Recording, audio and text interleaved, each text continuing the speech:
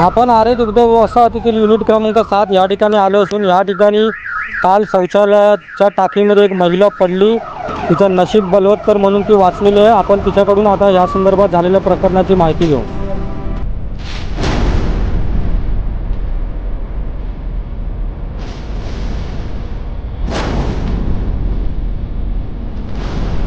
वो 6 बजे बाथरूम गई, ठीक, ताला खोले, मैं अंदर गई, डब्बा रखी। उसके बाद मैं जैसा दरवाज़ा बंद करने चली, दरवाज़ा ऐसा धक्का मारी बंद करने के लिए, तब तक सब लेके नीचे चले गए। सब नीचे से सब चला गया, डब्बा बिब्बा मैं क्या पूरा इतना नीचे तक मैं गई।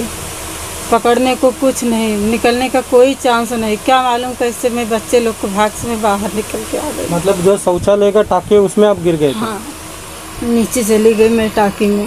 पूरा कचरा बिचरा यहाँ से पूरा जा रहा था सब।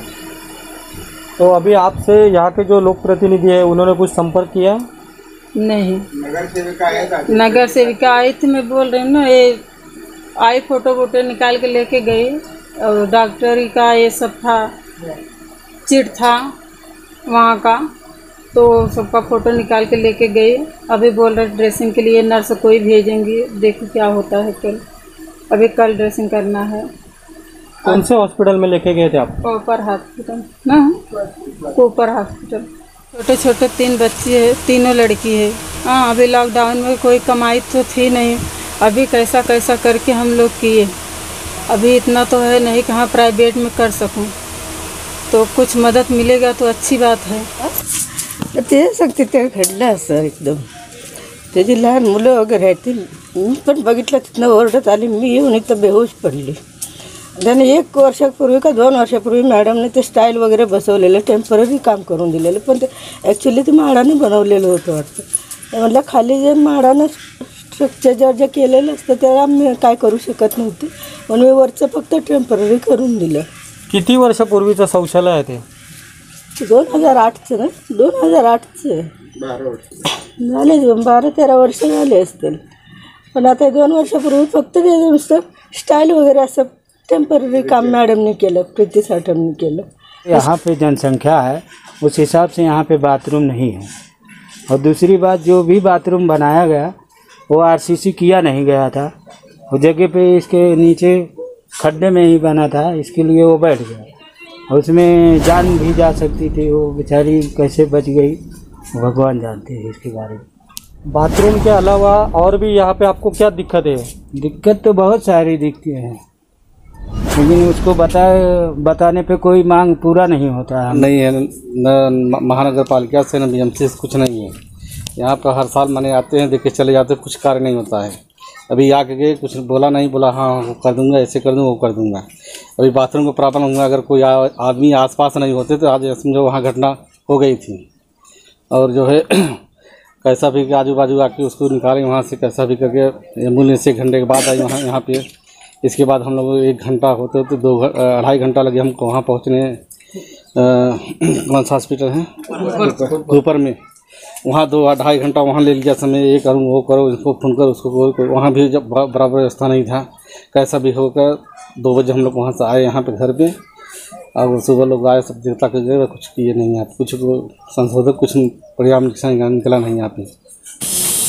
काल आता आमच्या इथं संध्याकाळी 6 वाजता आमच्या बाजूला राहतात प्रमिला, 6 वाजता अचानक ते बाथरूमला गेले असताना खड्ड्यात पडले। तिथं अचानक कोणाला माहिती नाही, पण अचानक ते दरवाजा खुला होता, त्यामुळं कोणीतरी त्यांनी माझ्या सहकारी आहे त्यांनी बघितलं, आरडाओरडा केल्यानंतर त्यांनी जाऊन त्यांना कसं तरी काढलं बाहेर। आम्ही घरात होतो, आम्हाला माहीत, माझी मिसेस आहे, त्याला समजलं हार्टचा प्रॉब्लेम आहे, ते आरडत ओरडत आले, तिचा घसा बसला आहे, तेवढा झाला की ते आम्हाला काय झालं समजलंच नाही।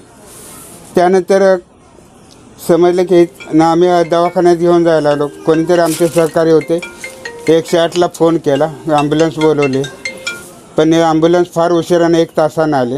एक औरत गई और वो बाथरूम पूरा अंदर गिर गया, और वो अंदर लटकी है, कोई उसको बचाने वाला भी नहीं था।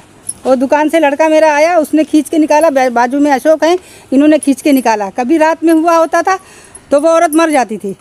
और वो लोग अभी ये प्रीति सातम आए, वो लोग बंद करके गए, बोले इसमें जाना नहीं। लेकिन हम लोग को जाने के लिए अभी कोई बाथरूम नहीं है, कुछ नहीं। औरत लोग कहाँ जाएंगी? आदमी लोग तो जंगल में किधर भी जा सकते, लेडीज़ लोग किधर जाएंगे? तो हम लोग को जाने के लिए कुछ सुविधा भी नहीं है, कुछ नहीं है, कहाँ जाएंगे हम लोग? काय त्रास होतो ताई? त्रास आता बघा, त्रास तर आम्हाला सगळा आता बाथरूमचा एवढा त्रास आहे ना, लेडीज लोक जाणार कुठे? जेंट्स आहे तर ते जाणार जंगलमध्ये, पण आम्हाला तात्काळ लवकर बाथरूम बांधून द्यावा, आमची ही हे अपेक्षा आहे। ते सांगत आहे मी पण की लवकर आम्हाला बाथरूमची सुविधा करून द्या। आणि काय नाही आता बरं ते आम्ही होतो म्हणून तिला वाचवलो आम्ही, आणि कोण लहान मुलं गेले तर काय लहान मुलं काय वाचलं असतं तिला का? किती मार लागला माहिती आहे? ती पण ती आवाज जवळजवळ 15-16 टाके तिच्या पायाला पडले, जास्त लागले तिला मार। हाताला पण 4-5 टाके येतं। आणि कधी रात्रीचे गेले रात्रीत काय झालं असतं तर ती बाई वाचली नसती, आणि तिच्या जागेवर जर एखादी बाई छोटी जर असती ना, हाईटला कमी, ती तर पूर्ण खाली गेली असती। उंच आहे म्हणून तिनं पटकीने दरवाजा पकडला, म्हणून ह्या लोकांनी जाऊन तिला वरती काढलं। आपल्यासोबत स्थानिक लोकप्रिय नगरसेविका प्रीतीताई साटम आहेत। ताई, जो काल अपघात झाला युनिट क्रमांक 7 येथे, त्याबद्दल जर आपल्याला माहिती द्या, नक्की काय प्रकरण आहे?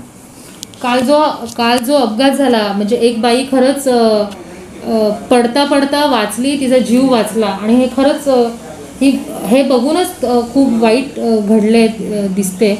पण खरं तर ह्याच्यावरनं प्रशासनाला जाग आली पाहिजे होती की आज जेवढे म्हाडाचे टॉयलेट बांधले आहेत, आज मी नगरसेवक म्हणून, मी एक लोकप्रतिनिधी म्हणून मी वारंवार बोलते की या म्हाडाच्या टॉयलेटचं स्ट्रक्चरल ऑडिट करा आणि ते वापरण्यासाठी लोकांना उपयोगाचं आहे की नाही, ह्या सगळ्या गोष्टी त्यांना सांगायच्या दरवेळेला लेटरवरती वारंवार हे करून। पण अजूनपर्यंत म्हाडाच्या कुठच्याही टॉयलेटचं स्ट्रक्चर ऑडिट केलेलं आहे। आज जवळजवळ 2008 पासून ते बांधलेले टॉयलेट आहेत, तुम्ही त्याच्यावरची पाटी बघू शकतात, ते कधीचं बांधलेलं आहे। आणि स्ट्रक्चरल ऑडिट करणं हे खूप महत्त्वाचं आहे। तुम्ही बघितलं असेल तर ते टॉयलेट ती बाई पकडलं तिने म्हणून ती वाचली, नाही तर खाली कोसळून पडली असेल, त्याचा पूर्ण स्लॅब पूर्ण वाहून गेला। तो आज इतके वर्ष झाली जुनं आहे म्हणून तो वाहून गेला ना। आणि आज जर त्याचं स्ट्रक्चर ऑडिट झालं असतं की ते लोकांना वापरण्यात नाही आहे किंवा आहे, हे असं जर झालं असतं तर हे सगळं प्रशासनाचं कानाडोळा प्रत्येक कामात करतायत। आणि तरीसुद्धा मी माझं एक माणुसकी म्हणून, एक लोकप्रतिनिधी म्हणून मी 3 वर्षापूर्वी मला जसं जमेल तसं ते म्हाडाचं एक तर टॉयलेट त्यांनी हँडओव्हर केलेलं नाही आहे महानगरपालिकेला, ती एक गोष्ट। आम्ही त्याच्यात दुसरं काही करू नाही शकत, तरी पण मी त्याचे दरवाजे बदलले, मी त्याची ती भांडी बदलली, ते प्लॅस्टर पडत होतं त्याचे मी टाईल्स बदलले, त्या पद्धतीने की लोकांना बाबा वापरता यावं। तुम्ही बघितलं असेल मी माझ्या पद्धतीने तिकडे केलेलं आहे, मला कुठच्या पार्टीचं मी नाव नाही टाकले किंवा काही नाही, पण लोकांना वापरावं असं एक हे होतं। पण आज तुम्ही बघितलं तर अशी स्थिती, ती पडता पडता वाचली ती खरंच, पण अशा दुसऱ्या ठिकाणी होऊ नये म्हणून आम्ही सगळेजण म्हाडाच्या ऑफिसमध्ये जाणार आहोत, त्यांच्याकडनं ते आरे कॉलनीमध्ये स्ट्रक्चरल ऑडिट करून द्या, प्रत्येक टॉयलेटचं लोकांच्या वापरात आहे किंवा नाही ह्या स्पष्टपणे लेखीपणे आम्हाला हे करा।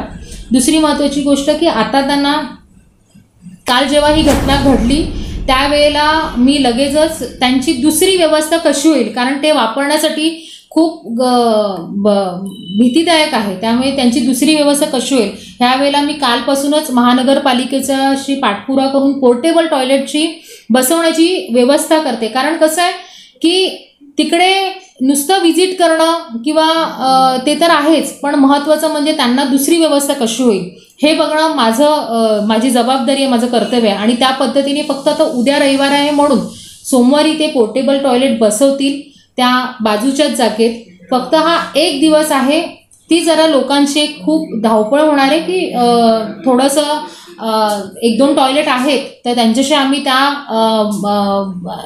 मंडळांशी आम्ही बोलून घेणार आहोत की तुम्ही आजच्या दिवशी त्यांची फक्त सोय करा 2 दिवस, पण मंडेला आम्ही ते पोर्टेबल टॉयलेट बसवण्याची मी म्हणजे व्यवस्था करते। व्हिडिओ जर्नलिस्ट उदय सांगळेंसोबत निलेश धुरी, जनआधार टाइम्स मुंबई, गोरेगाव, आरे कॉलनी।